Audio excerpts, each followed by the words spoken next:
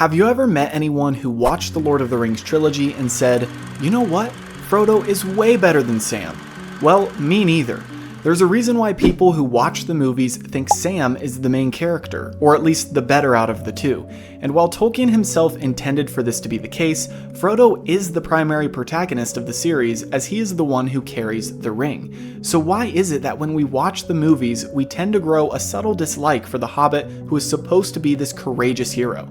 Well, to put it bluntly, Frodo is a weak little baby in the movies. And in today's video, we're going to uncover how Book Frodo is one of the bravest characters of the whole franchise, as we look at every change Peter Jackson made from the time that Frodo gets stabbed on Weathertop, all the way to when Arwen takes him across the Bruinen River in the movies. And yes, calm down, we're going to talk about Glorfindel. My name is Gibby, and welcome back to episode 8 of Movies vs. Manuscripts, the series where I analyze Peter Jackson's adaptation of The Lord of the Rings, scene by scene, and compare it to Tolkien's original work. I love both the adaptation and the original, as they are both incredible creative works, but since I am a super nerd, I love to take a look at all the little details we miss when we only watch the films. So buckle up, as today we are going to cover 2 scenes from The Fellowship of the Ring and discuss why Frodo is so weak in the movie, whereas in the books he is a brave hobbit who stands against all 9 Nazgul by himself after getting stabbed by one and trekking through the wild for 14 days. Trust me, there's a lot to cover, so let's get right into it. As always, I will address the 4 categories of possible deviations from Tolkien's text, which are characters, timeline, location, and plot. But first, let's discuss what happens in these 2 scenes of The Fellowship of the Ring. After Frodo gets stabbed on Weathertop, Aragorn picks him up and heads into the wild to run from the pursuing Black Riders. But then the scene switches to Gandalf on top of Orthanc, and he catches a moth, and after giving it a message, sends it off.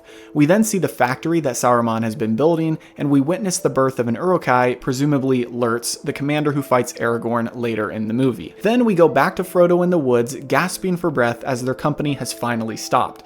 Aragorn calls for Sam and enlists his help to find a weed called Kingsfoil, which Aragorn says might help mend Frodo's wound.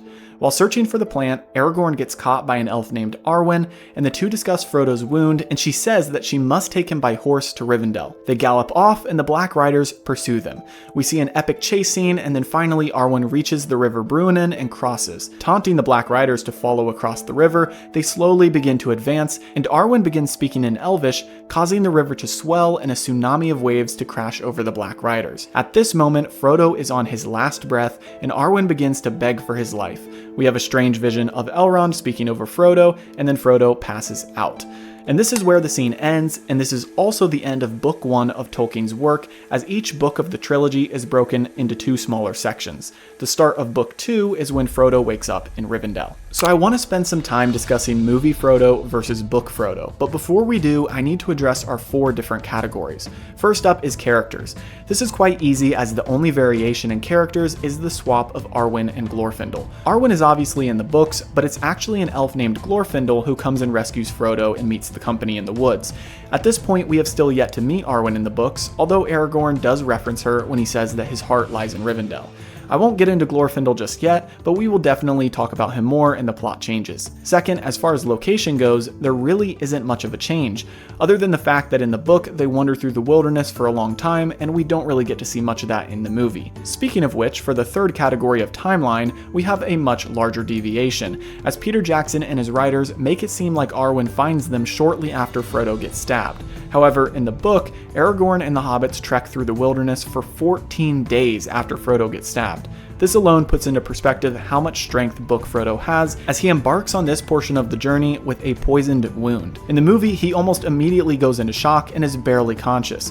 Before I start ranting about this more, I better address our last category of plot changes. First though, I just want to hop in here and let you know that you can claim any one of Tolkien's works narrated by Andy Serkis on Audible for free using my link in the description. Each free trial with absolutely no purchase necessary helps benefit the channel and support these videos that I make each week. week. Plus, if you have yet to read the books, listening to Andy Serkis narrate this epic trilogy is a great way to delve deeper into the lore of Middle-earth. Or if you have read the books a dozen times, you can rediscover the Silmarillion, The Hobbit, or any one of the Lord of the Rings trilogy books in a whole new way, as Andy Serkis really knocks his narration of them out of the park. This week we're finishing up Book 1 of The Fellowship of the Ring, and next week we'll get into Chapter 1 of Book 2 of The Fellowship of the Ring. So if you want to follow along each week as I analyze the movies versus the manuscripts, check out the description to start your free trial of Audible today. Okay, back to the episode. Per usual, I'm going to try to keep these plot changes in chronological order, picking up from where we left off in last episode, right after Frodo gets stabbed. In the movie, we cut to Isengard and see Gandalf on top of Orthanc, and this is where our first two changes come into play. First, Gandalf does not send a message to Gwaihir through a moth.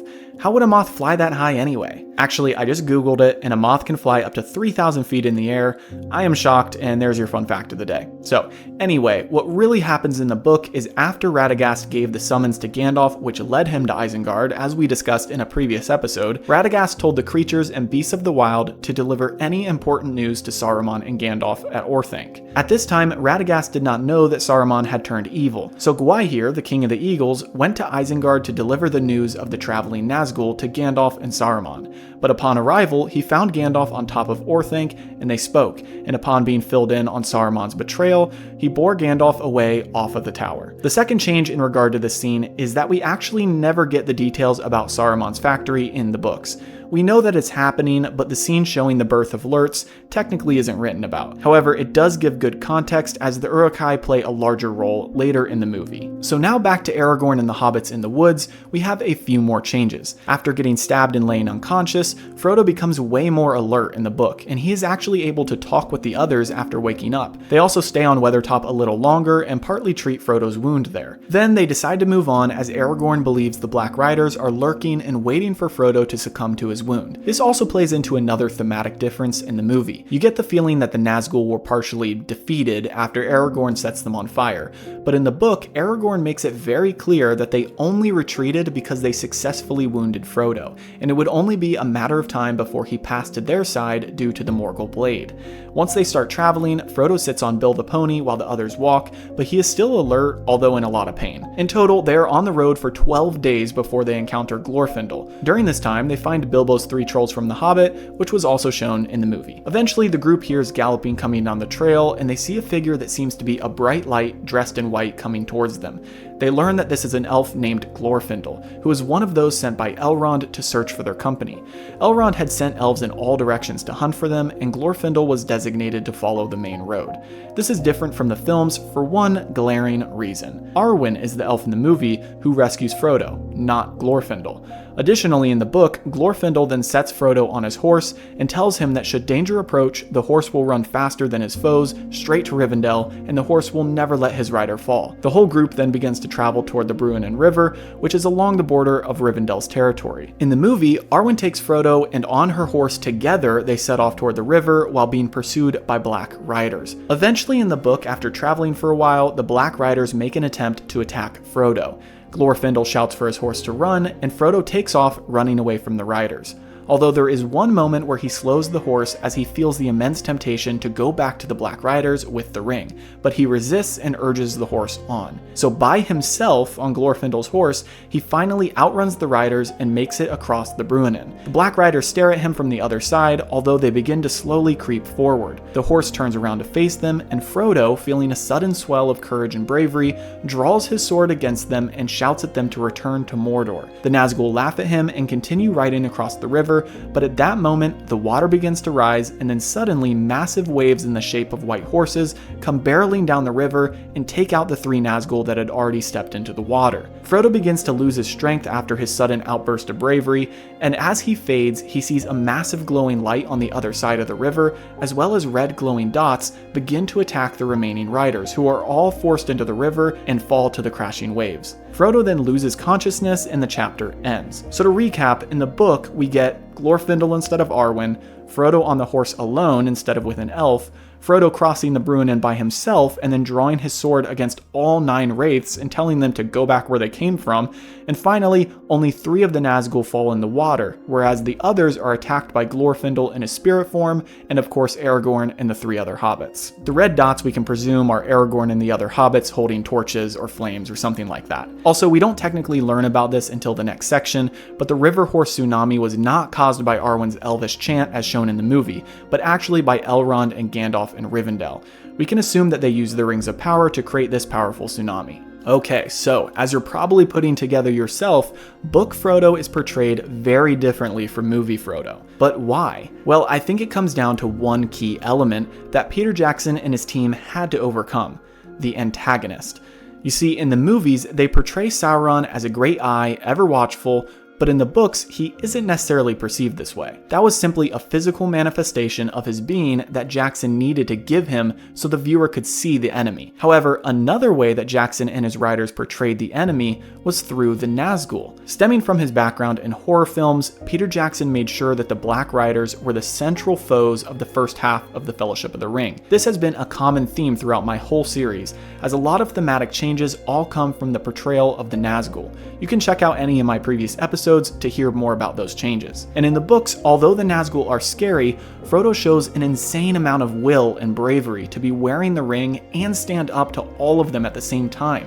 I mean, even without the ring, a hobbit standing against 9 Nazgul is insane. With the ring weighing him down physically and emotionally, it's an even bigger feat. But it would have greatly diminished the viewer's fear of the ring wraiths if Jackson had shown this. Frodo's character arc had to go through 3 whole movies, and this moment is definitely a climax for Book 1 of Tolkien's 6 Lord of the Rings books. But Jackson needed to take into account the whole trilogy. I believe his way of displaying Frodo's strength was through the simple fact that he survives long enough to even get to Rivendell, but not so much that he could ride a horse alone and draw his sword and start shouting at what we're supposed to view as the most evil and powerful creatures that Sauron has. I mean, at this point in the movie, the hobbits have barely gained any experience and are still super naive to the world. It would have seemed out of left field for the films, whereas in the books, Frodo has already had 17 years to prepare himself mentally for a journey, and he has faced an evil creature at the Barrow Downs during the Tom Bombadil chapters, so Book Frodo is a veteran by this point, and understands most of what is happening. Movie Frodo, however, is still a naive, although perseverant, hobbit from the Shire, who has barely been on this journey more than a couple weeks. Now, taking into consideration the whole film trilogy, I think Jackson and his writers wrap this up nicely and handle his character development well for the movie adaptation. But if I had just seen this first half of the Fellowship of the Ring before anything else and was left hanging, I would be shocked at how much they changed Frodo's demeanor from how he is in the book. Sam is obviously the main character, even according to Tolkien himself, but even in the books, Sam has yet to show his true colors. At this point in Tolkien's work, Frodo is clearly the leader of the 4 hobbits and takes initiative in all of their predicaments. I want to clarify that I completely understand the weight that Frodo bears and how much suffering movie Frodo has to endure throughout the trilogy. So some of you Frodo fanboys out there might be upset at me calling him weak, but you have to understand that Book Frodo bears the same exact weight, but in a much different way. Even adding a couple lines of Frodo talking after being stabbed in the movie might have helped us see his strength a bit more. Instead, we just get him wheezing and on the brink of death just minutes after being stabbed. Book Frodo is over here trekking the wild for 2 whole weeks and still talking to the hobbits in Aragorn, carrying on conversations while having an open poisoned wound.